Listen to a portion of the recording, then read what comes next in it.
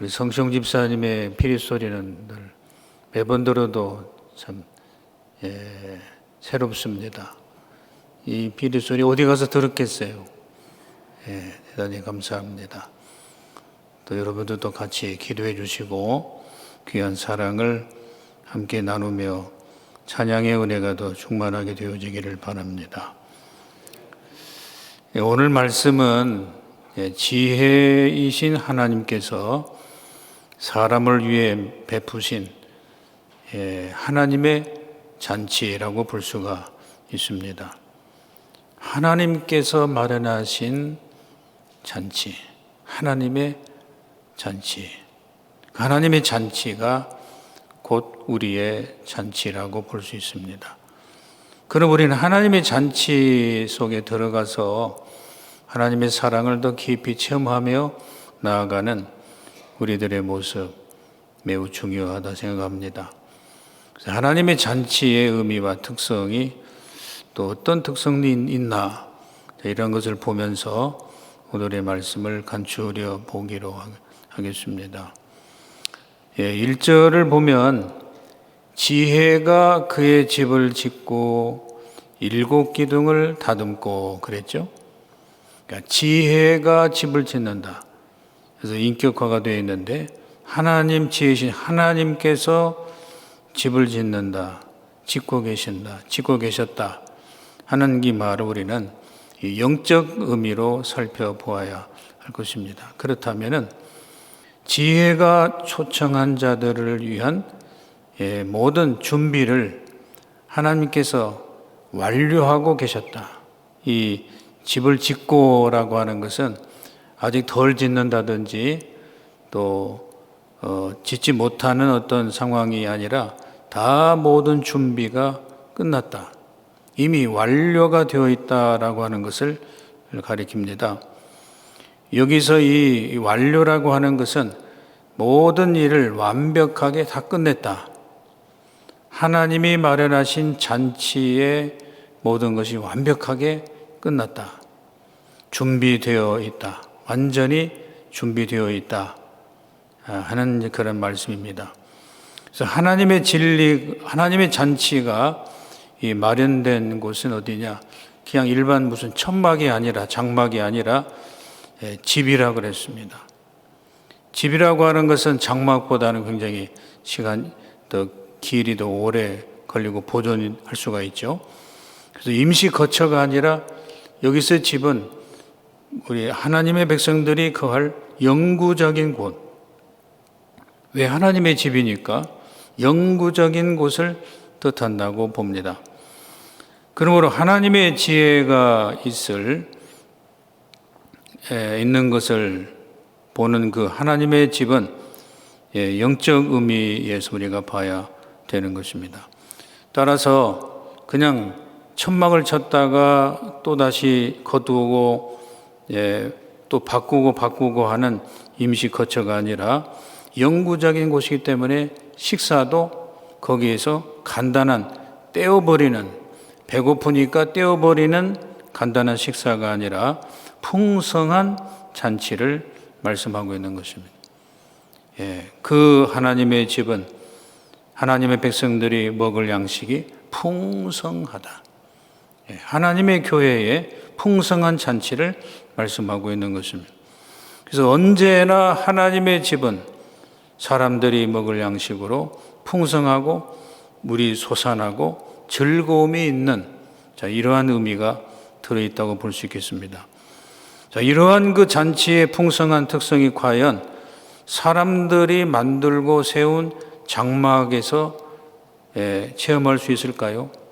하나님께서 준비해 주셨기 때문에 하나님이 준비해 주시지 아니하시면 우리는 거기에서 기쁨과 영원한 삶을 체험할 수가 없는 것입니다. 오직 지혜이신 예수 그리스도에게서만 진정한 기쁨과 평강을, 즐거움을 누릴 수가 있다. 바로 그러므로 우리 하나님 앞에 나와 예배하고 말씀 듣고 서로 교회 생활을 한다라고 하는 그 자체는 우리 예수 그리스도 안에서만 모든 것이 이루어질 때에 거기에서 기쁨과 아름다움을 경험하게 된다라고 하는 것입니다. 요한복음 2장 19절에 보면 예수님께서 이제 성전을 청결하게 하신 다음에 유대인들에게 말씀하시는 것을 보시면 너희들이 성전을 헐어라. 그러나 나는 사흘 동안에 일으키리라. 좀 의미가 좀 복잡하죠. 바로 이 사흘과 성전을 헐라라고 하는 그 사실을 보면 예수님께서 자신의 몸을 십자가 지시고 다시 영원히 살아나실 것을 미리 가르쳐 주시는 것을 볼 수 있습니다. 여기서 성전은 예수님 자신을 가리킵니다. 따라서 예수님 자신은 이 땅 후에 하나님의 백성들이 누릴 영원한 구원의 놀라운 축복을 여기서 경험을 할 수가 있다라고 하는 거죠. 그 구원의 놀라운 경험을 하나님의 집에서 경험하고 주의 백성들이 성전 되시는 하나님의 집 되시는 주님의 집 되시는 귀한 축복을 우리 모두가 거기에서 아름답게 누릴 수가 있다라고 하는 것입니다. 베드로전서 2장 5절에 보게 되면 베드로는 이 하나님의 집을 그리스도의 몸된 교회라고 보면서 모든 사람을 천국 복음으로 초청하는 그리스도의 구원 사역을 가르치고 있습니다. 그러니까 하나님의 집에서 하나님의 일이 뭐냐? 모든 인간을 생명을 구원하는 일이다. 그래서 구원의 역사의 일이 바로 이 하나님의 집 교회 성전에서 일어나야 된다. 바로 그것을 위해서 주님은 이 땅에 오셔서 십자가 지시고 사흘 후에 살아나셨다라고 하는 것입니다. 자, 오늘도 우리 교회는 하나님의 교회는 구원의 역사가 일어나는 아름다운 하나님의 집으로서 놀라운 역사가 기쁨과 즐거움과 감사와 아름다운 축복의 역사가 일어나기를 주의 이름으로 축원드립니다. 그래서 구원의 역사가 막 일어나는 거예요. 그래서 우리들의 삶의 문제가 해결이 되어지고 함께 영광을 돌리는 그러한 일들이 우리 안에서 일어나야 되는 것입니다. 자, 그렇게 볼 때에 구원의 역사는 지금도 풍성히 계속되고 있다. 앞으로도 이 교회를 통해서 구원의 역사는 계속해서 일어날 것이다. 또 믿음의 후배들을 통해서 하나님의 구원의 역사는 계속해서 이뤄가게 될 것이다 하는 하나님의 구원의 역사가 일시적인 것이 아니라 영원히 풍성하다는 말, 그 충분히 이루어져 가고 있다라고 하는 것입니다. 오늘도 그러한 의미에서 내 마음속에 우리 하나님께서 허락하신 이 귀한 구원의 소리가 내 마음에 늘 언제나 용솟음쳐 일어나게 될 때에 하나님 앞에 풍성한 하나님의 잔치를 우리 함께 맛볼 수가 있다라고 하는 것입니다. 또한 다윗은 또한 하나님의 자리는 풍성하고 푸짐한 잔치인데 언제나 솟아나는 즐거움의 그것을 지금 여기서 일곱 기둥에서 또 찾아볼 수 있습니다.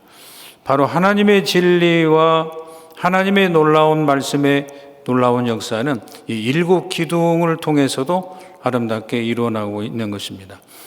여러분, 기둥은 굉장히 장엄하고 찬란한 그러한 모습을 가지고 있는 것이 기둥입니다. 그래서 하나님의 집에 일곱 기둥이 든든한 일곱 기둥이 있음으로 해서 하나님의 나라의 역사, 구원의 역사가 얼마만큼 든든하게 일어나는가 하는 것을 우리들에게 가르쳐주고 있는 것입니다. 바로 이 7이라고 하는 일곱 기둥, 일곱의 그 수는 완전함을 뜻하는 완전수입니다. 그래서 7을 보통 완전수라고 그러는데 3 더하기 4, 3은 성부, 성자, 성령이 삼위일체 되시는 그 3을 뜻하는 것이고, 그 다음에 4라고 하는 것은 동서남북의 이 온 땅의 완전수를 뜻하는 것. 그러니까 온 땅에 역사하시는 하나님의 구원의 역사가 이제 예수 그리스도를 통해서 완전히 삼위일체 되시는 하나님으로 말미암아 이 모든 구원의 역사가 온전히 이루어지기 때문에 오늘도 우리는 일곱 기둥의 역사를 바라보면서 주님 앞에 나와 오늘도 하나님께서 나에게 구원의 완전한 역사를 이루어 가시고 하나님 앞에 영광을 돌리는 우리 자신들이 될 수 있도록 또 기도하고 믿음으로 나아가는 것입니다. 바로 이 7이라는 그 숫자는 또 여러분들이 볼 수 있는 계시록에서 7 아시아 교회에서 우리가 볼 수가 있죠. 그래서 완전한 하나님의 구원의 역사가 이 땅에서도 지금도 일어나게 되고 앞으로도 계속 일어나게 되면서 하나님의 집이 더욱더 왕성하게 일어나는 풍성한 잔치를 우리가 여기서 경험을 할 수 있게 되어지는 것입니다. 그래서 이 하나님의 완전한 잔치가 얼마나 우리들에게 견고하고 장엄하고 아름답고 깨끗한 일인지 알 수가 없습니다. 이 하나님의 완전한 잔치가 내 마음속에 우리들이 교회의 가정에 있음으로 말미암아 하나님 앞에 영광의 삶을 돌릴 수 있는 우리 자신들이 되어야 할 것입니다. 바로 이 7의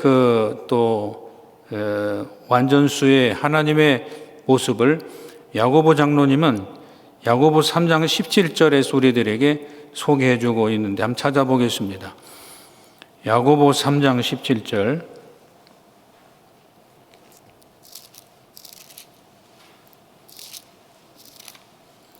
제 성경으로는 374페이지입니다. 야고보 3장 17절. 우리 한번 같이 한번 읽었으면 좋겠습니다. 신약 374페이지 시작. 오직 위로부터 난 지혜는 첫째 성결하고 다음에 화평하고 관용하고 양순하며 긍휼과 선한 열매가 가득하고 편견과 거짓이 없나니. 아멘. 감사합니다. 야고보 장로님은 이 말씀 속에서 오늘도 우리들에게 주시는 하나님의 지혜의 7 성품을 말씀하면서 이만큼 하나님 안에는 풍성한, 우리들이 경험할 수 있는 풍성한 축복이 가득가득 채워져 있다, 이렇게 설명할 수가 있는 것입니다. 그래서 오직 위로부터 난 지혜는 7가지를 말씀하는데, 첫째는 성결. 이 성결은 모든 일에 악한 행동과 동기가 없는 걸 뜻합니다. 그래서 하나님의 잔치에는, 하나님의 세계에는 악한 동기가 없다, 악한 태도도 없다. 바로 하나님의 성결을 우리가 여기서 배우게 되는 거지요. 그다음에 두 번째는 화평함. 화평을 전달해 주는 사람, 화평하기를 힘쓰는 사람.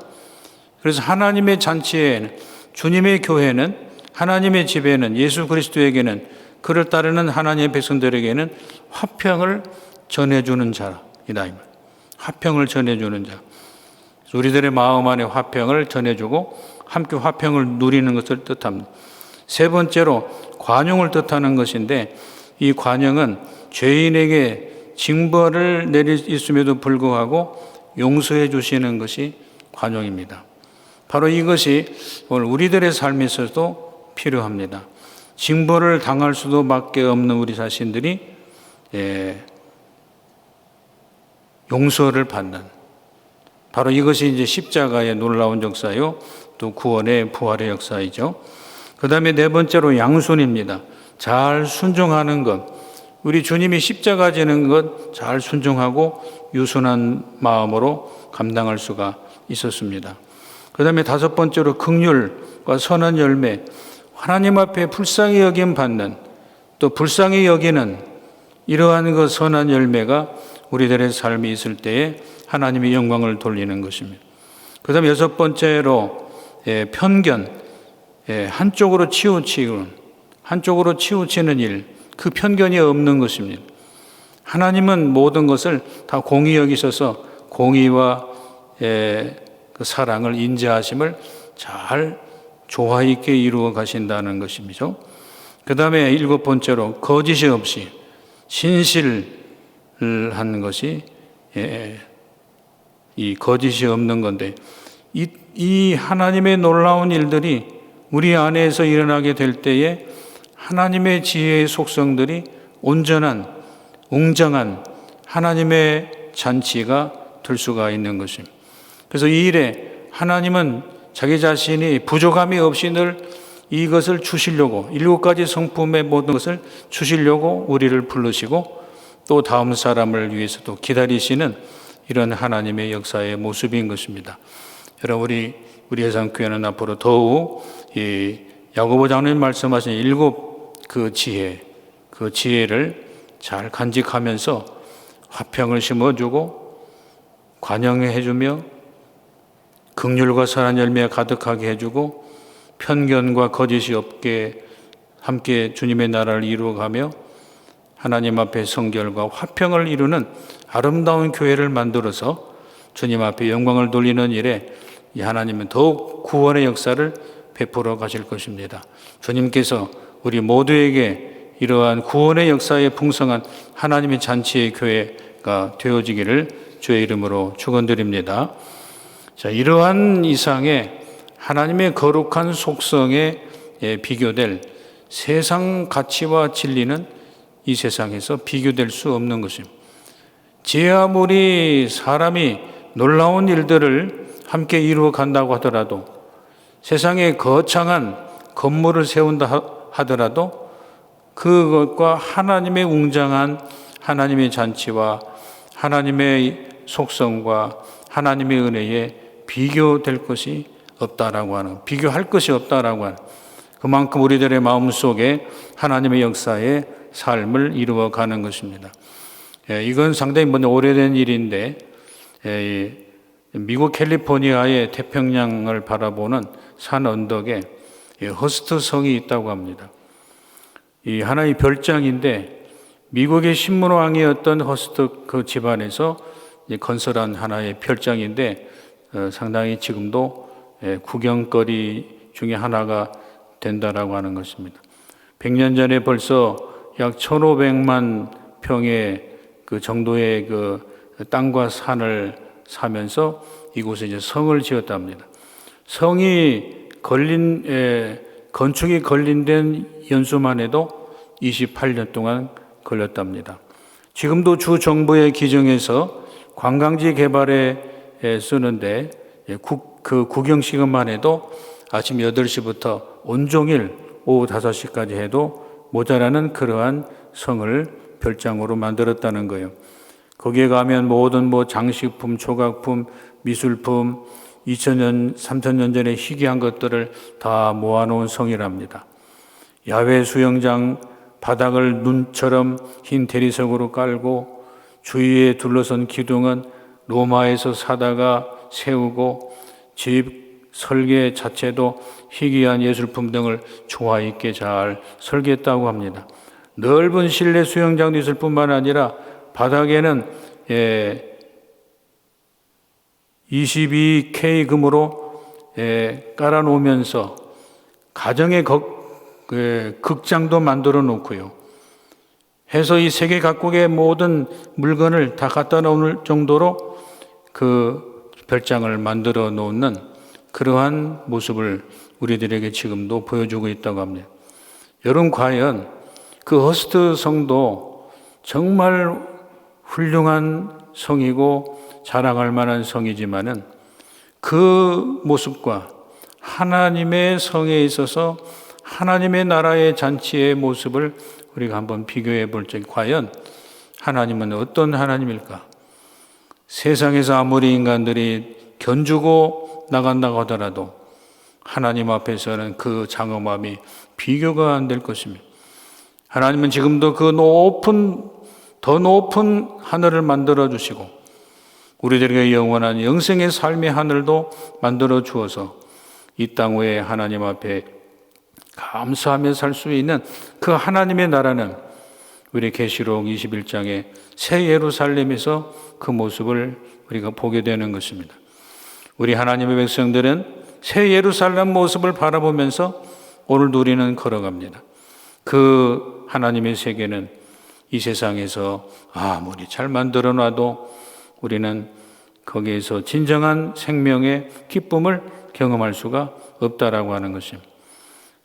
그 하나님의 그 잔치는 계속해서 준비되어 있고 또 예비되어 있다는 사실.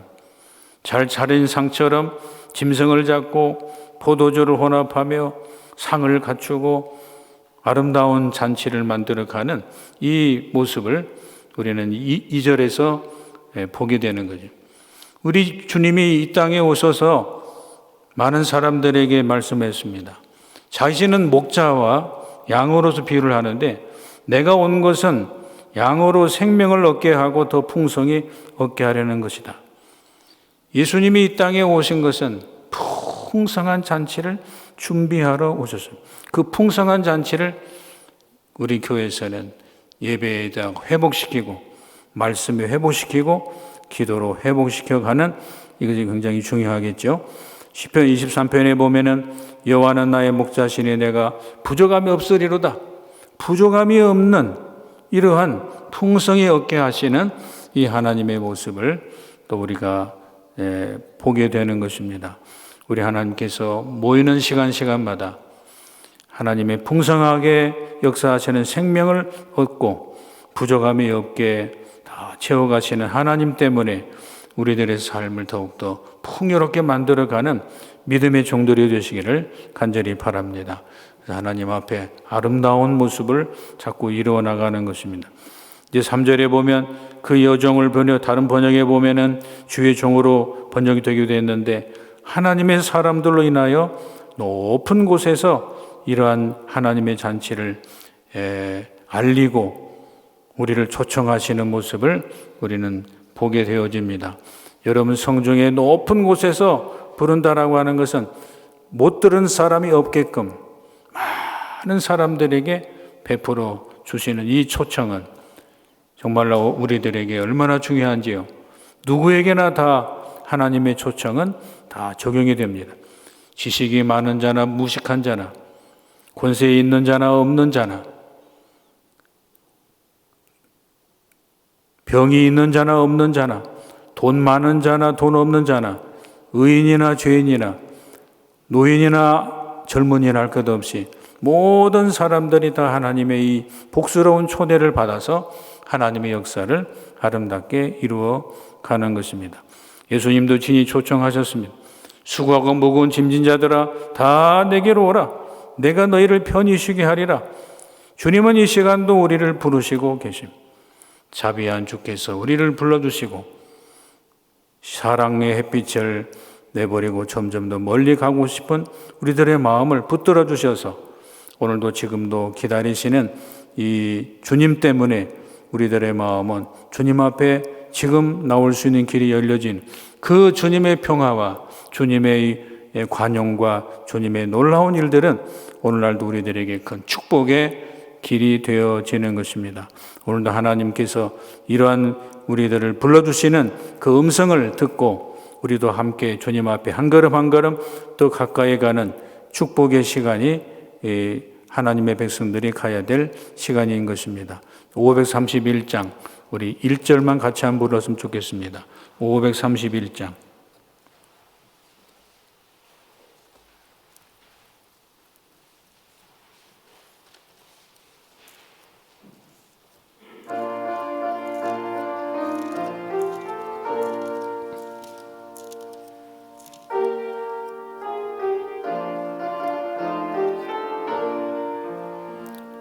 자비한 주께서 부르시네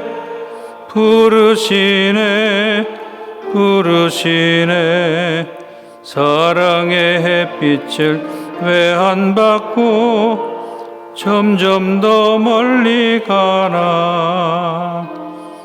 지금 오라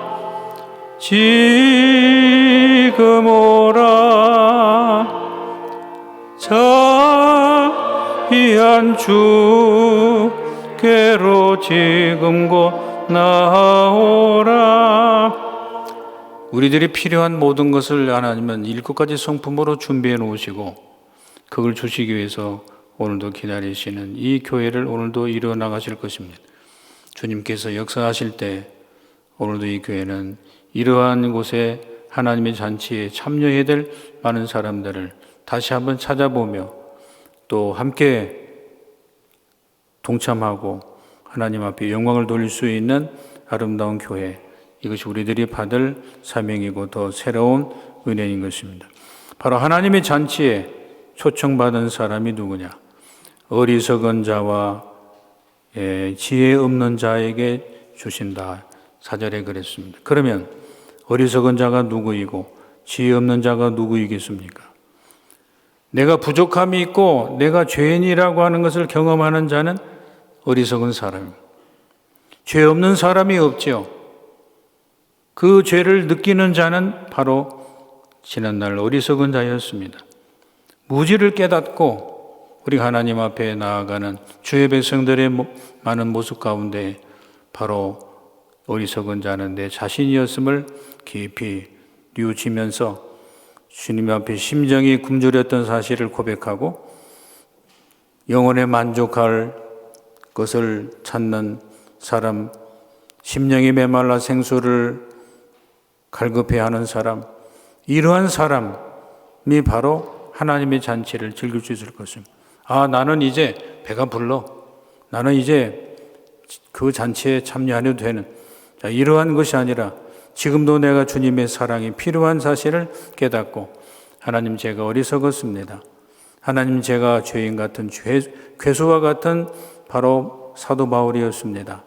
그러므로 우리는 바로 하나님의 긍휼과 자비가 필요하다는 사실을 깨닫고 할 적에 우리는 바로 어리석은 자요, 약한 자요, 가난한 자요, 나를 도와주시고 하나님의 영광 돌릴 수 있는 이러한 우리들의 모습을 주님 앞에 또 고백할 수밖에 없는 것입니다.